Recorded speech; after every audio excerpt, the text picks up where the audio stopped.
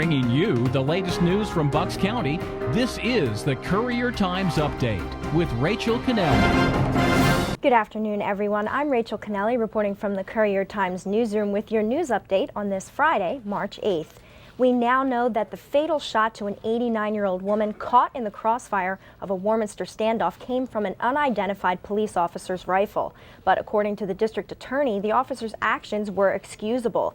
The officer thought Zenkowitz was the suspect, Andrew Cairns, when she opened her door, which is right next to his, to try to pull his girlfriend, Deborah Silva, to safety. In a newly released 911 call, you can hear the dispatcher trying to get Silva, who sounds intoxicated, away from the shooting and to go to police. Several gunshots can also be heard in the background.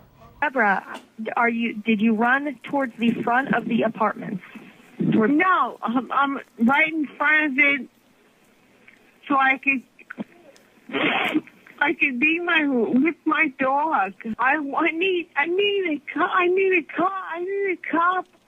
cop right here. At a press conference, David Heckler explained how and why they're charging Cairns because he didn't let police take guns from his apartment after an earlier altercation. Under the law, he is responsible for the deadly consequences of the chain of events which he began. He decided to draw police to the location by repeatedly firing his .44 Magnum revolver out of his second-floor bedroom window. Doing so, he endangered neighbors, cars passing on Street Road, and the houses and people of persons living all the way up the hill across Street Road. Cairns is being charged with first-degree murder in Zenkowitz's death. You can read more, including a statement from her family in Matt Coughlin's story at buckscountycouriertimes.com. A Lower Makefield man has been sentenced to 3.5 to 7 years in state prison after pleading guilty to his 9th DUI. Richard Collins apologized, saying he's battled alcoholism for years but never successfully completed a treatment program. In one of his 8 prior convictions, Collins was involved in a car crash that left another man in intensive care for a week with a bleeding brain. He seriously injured one person, and after that he did it again. I thought it was very appropriate. Judge Finley commented and said it came to a point and said there comes a time when all you can do is protect the community. I absolutely agree with that, and every day he had available to him to either put him in jail or put him under supervision, he used. He's proof that alcoholism can happen to the very best of us. It doesn't discriminate based on how wealthy you are, how good your family is. He's from a very good family. He's devastated that this has happened to him again, that his disease has gotten the better of him. He just can't believe that it's taken him this long to want to help himself so badly. Courts reporter Lori Mason Schrader tells us in a story on our website that Collins must also go through substance abuse and mental health treatment.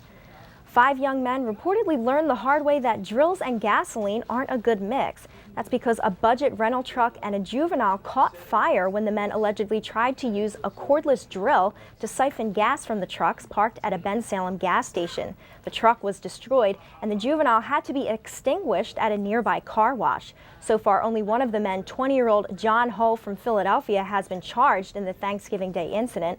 Police continue their investigation. Reporter Joe Chevalier tells you in a story online how police tracked the suspect down using fingerprints from cups at the scene.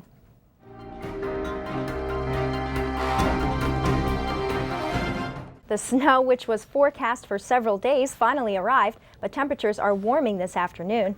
There's a chance of showers throughout the day today with a high near 44. Tonight will be mostly clear with a low around 28. Then we'll see sunshine on Saturday and Sunday with temps in the mid-50s. No room at the school? Some Walter Miller Elementary School parents are frustrated by an overcrowded and undersized parking lot.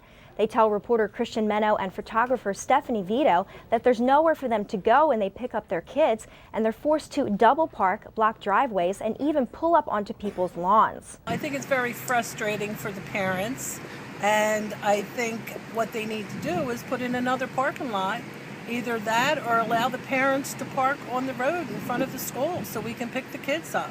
If I'm not here a half hour before dismissal, then forget it, you just don't get a parking spot. Neshaminy School District officials said they'll continue talking to the township about solutions to the parking problem. You can find out more at buckscountycouriertimes.com.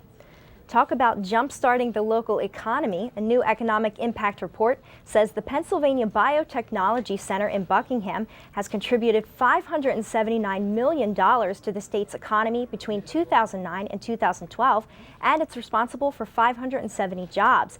And almost all of that money has been spent in Bucks County.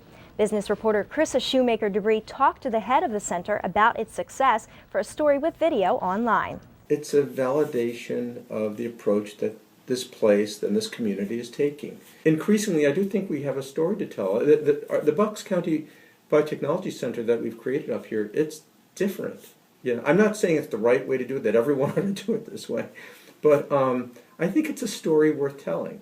Our On the Job series continues today. For this installment, a tile maker at Moravian Pottery in Doylestown was kind enough to help me get some hands-on experience. This is a unglazed version of it, right? That's an unglazed version of it, yeah. Yes. And then this is what it'll look like when it's all what it'll look like, okay. This is what we call a wire tool. So we're going to rest the wire onto these rails here. So I just lean it against this, right? Yep. Yeah, you might have to hold the board. This? Like right there? I got the board. Okay. Yeah, just drag that along there like that. Oh, sorry. That's all right, perfect. The series ends tomorrow when I attempt to make a video camera cake, but it doesn't exactly leave the bakery in one piece. Be sure to check it out on our website. Also online Saturday, our weekly Buzz in Bucks feature will focus on a chef from the Middle Bucks Institute of Technology who is now a Hall of Famer. In high school sports, Holy Ghost Prep is headed back to the Flyers Cup AAA championship game after a semifinal victory over Father Judge last night. Video reporter Jen Wilgus talked to the guys from Prep after their big win. Well, we told them at the break there that the hardest working team was going to win that period and win the hockey game, and we were fortunate enough to do that. We thought we wore them down there a little bit, and our guys, we shortened the bench a little bit and went with 3 lines, and we felt that the guys that we had there just outworked them and just kept our game very simple. The goal they scored, I didn't think I should have let it up. I know it was a bad goal on my part, so like I told the boys before we went out in the locker room, I just said, 1 goal and we'll win this game. And they went out and scored 1 goal and we won. It's unbelievable. We have a chance to make history at Holy Ghost and play LaSalle, a team we've tied, lost 2-2. I think we can absolutely pull this off. It's huge for the school community. It's huge for our team, and I really think we can win this game this year. The Firebirds will face LaSalle, who beat them in last year's finals on Tuesday. A win there would give Holy Ghost its first Flyers Cup title since 2007.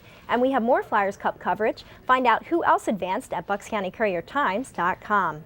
Moving on to wrestling, Council Rock North's John Dutrow got his 150th career match win in his first round at the state tournament. Sports writer Ed Kratz asked John how it felt to hit that number. From the beginning, you never think you're going to win that many matches, and then you keep wrestling, keep winning matches, and you get closer. It's for me, it's a really big accomplishment. I feel great. I didn't even, winning all these matches is kind of awesome because not a lot of people get there. So you start to get confidence in yourself. It's a real good thing, and I'm really proud of it. You can also watch the matches of Council Rock High School South's PJ Steinmetz and Dom Regas from Central Bucks South, thanks to photographer Bill Frazier's video on our website. And Flyers defenseman Chris Pronger opens up for the first time about his career-threatening injury. He's been sidelined by vision and concussion problems since November 2011, but he hasn't ruled out a return. I've made some good improvements from where I was, but still got a lot of work ahead of me. My family, obviously, with their support, it's never easy going through an experience like this, and they've been gone above and beyond the call of duty at times when there were some dark days, and we certainly want to thank them. You can follow Wayne Fish's Flyers coverage online. Now here's a look at what we're working on in the newsroom. The anti-texting while driving law is now 1 year old, but you may be surprised to find out just how many citations have actually been written statewide. George Matar will have that story for you. Solar power. Upper Makefield has passed an ordinance that would allow solar panels to be placed on homes. Reporter Chris English will find out what that means for residents. And Chris will also bring you a story from Council Rock. Work could soon begin on a $17 million renovation project at Goodnoe Elementary School in Newtown. We'll have all the details. You You can find all of these stories and the latest local news at buckscountycouriertimes.com. I'm Rachel Canelli. Thanks for watching and have a great weekend.